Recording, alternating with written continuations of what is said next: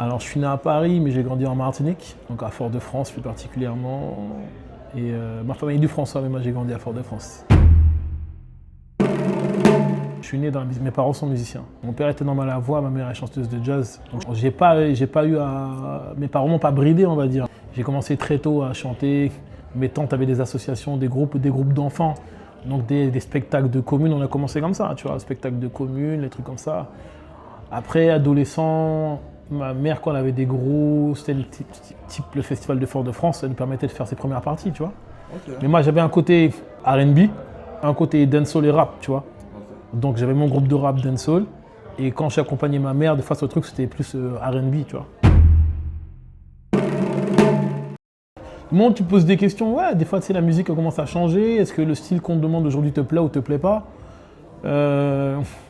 Après, moi, je sais me renouveler. C'est-à-dire qu'au moment où j'étais plus trop actif en solo, c'était volontaire parce que j'accompagnais mon fils dans ses projets, mais je produisais pour d'autres personnes. Je suis autonome. Je suis né dans la musique, frère. Ça ne s'arrêtera jamais pour moi. Le vocal dans le zouk, il est R&B. Et là, avant, je suis là aujourd'hui. Parce que mon vocal, il est R&B. À l'époque, on disait que ça faisait trop R&B. Mais aujourd'hui, tout le monde chante R&B. Je suis pas précurseur. Il y a des gars qui étaient là bien avant moi. Il y a des gars qui m'ont inspiré. Perle Lama, sa voix, elle est R&B. Même à l'époque, même les Serge Ponsard à l'époque, des gars des années 80, leur voix elle était R&B. Non, il y a des tas de gars qui étaient là avant moi, qui avaient des voix qui étaient déjà à l'américaine. Des années 80 même déjà, tu vois. Ouais, bah, Pipo Gertrude, j'aimais beaucoup, il chantait à l'américaine. Floro, c'est un crooner à l'américaine. Il y a un entier de l'époque qui chante comme Gilles Floro, non? Où les gars ont chanté comme Saint-Éloi après Saint-Éloi, mais il était à l'américaine déjà. Si tu écoutes les banques de sons des zouks de l'époque et que tu écoutes les banques de sons des New Jack de l'époque, c'est les mêmes kicks, c'est les mêmes snares, tu vois. Mais il faut connaître un peu, tu vois. Ça, c'est une question qu'il faut poser aux animateurs radio, aux DJ en fait. Tous les gars ont continué à produire des sons. Après, qui diffuse les sons? Ça, c'est une question qu'il faut poser aux... Regarde, le zouk local, purement en Martinique-Guadeloupe, on l'entend plus nulle part. Bah, je ne suis pas un acteur du zouk local, même si j'ai grandi en Martinique, tu vois. Mais cette couleur-là, il y avait le zouk de là-bas, le zouk d'ici. Tu l'entends plus. C'est la faute à qui? La faute à ceux qui diffusent la musique, tu vois. On ne peut pas reprocher à un mec de la nouvelle génération de faire un zouk de sa génération qui représente, si le mec il a grandi, tu vois, dans le ghetto, il va faire un zouk un peu ghetto, un peu urbain, un peu, tu vois ce que je veux dire? C'est son zouk. Un mec qui a grandi plus en mode Zion, il va peut-être plus être dans la musicalité, tu vois ce que je veux dire? Chacun a son truc. Mais tout le monde produit autant de chansons.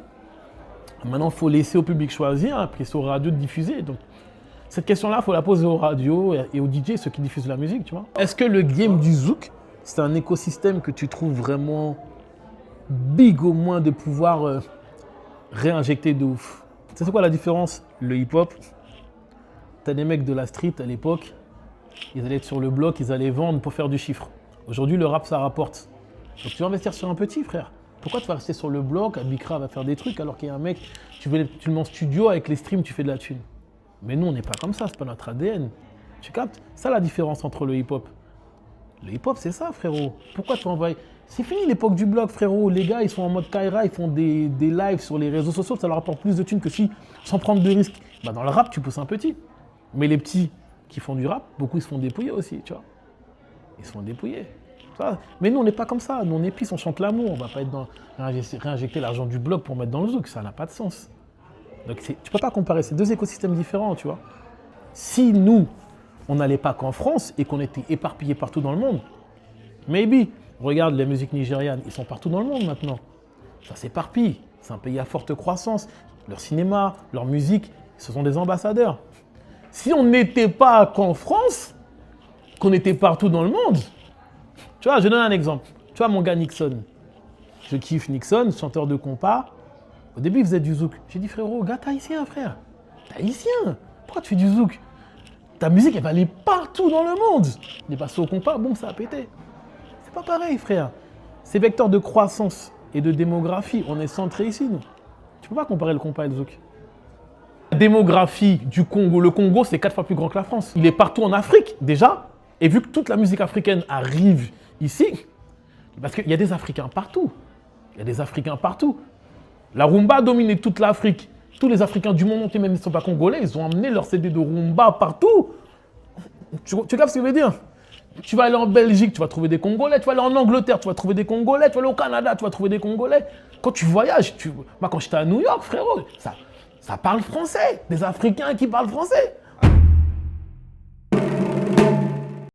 La réponse aujourd'hui, c'est le digital. Tu vois, ça, c'est depuis quoi 2 ans que Spotify est dans les Antilles. Il y a des gens qui ont impulsé le truc et tu vois, il y a des gars quand même, il faut leur donner leur shout-out. Les Naïk, le député guyanais et Hit Local aussi. C'est eux qui ont impulsé le truc. Et Big Up Kalash aussi qui est venu avec le truc. Mais le stream aujourd'hui, c'est l'arme qui va faire que... Donc maintenant, les Antilles peuvent streamer. Même les Antilles anglophones ne pouvaient pas streamer. Les Jamaïcains se sont plaints aussi. Parce que leur dancehall était en baisse par rapport au mouvement nigérien parce qu'il n'y a pas de stream chez eux possible. Tu vois ce que je veux dire? Pour moi, c'est le seul truc qui permettra de, à mon niveau en tout cas, de pouvoir... mais on va arrêter d'attendre qu'on nous joue dans les grosses radios ici. Et c'est pas la radio qui donne aujourd'hui, frérot. C'est le stream. C'est le stream. Donc, il faut qu'on ait des stratégies digitales. Il faut que les Martiniquais, les Antillais qui bossent dans le digital aussi aient envie de bosser dans la culture. T'es là, tu bosses dans une boîte de marketing digital. Et quand on te demande d'investir un peu dans la musique, oh, tu sais, j'écoute pas trop de zouk, etc. Parce que les gens, l'entier de la haute, n'écoutent pas de zouk. Je te le dis. Pour lui, c'est pas de la musique. Tu vois ce que je veux dire ou pas? Déjà, nous, il faut qu'on fasse la paix avec le zouk. Il faut qu'il y ait un musée du zouk chez nous aussi. Il faut que dans les écoles de musique, le zouk se soit vraiment installé. Avant de vouloir prêcher chez les autres, il faut prêcher chez nous. Il faut que quand tu descends en Martinique, en Guadeloupe, ça sente le zouk. Il faut que ça sente le zouk. Comme quand tu vas à Cuba, ça sent la salsa. À Trinidad, tu comprends ce que je veux dire? Il faut ça. Mais notre élite culturelle chez nous aussi là-bas, c'est à eux qu'il faut poser toutes ces questions-là. C'est pas à nous. Parce que Kim Kikame, enfin en français, qu'est-ce qui met le truc? Tu vois, c'est l'élite. C'est comme ça, c'est tout. Nous, on est juste des acteurs, on fait ce qu'on peut. Hein.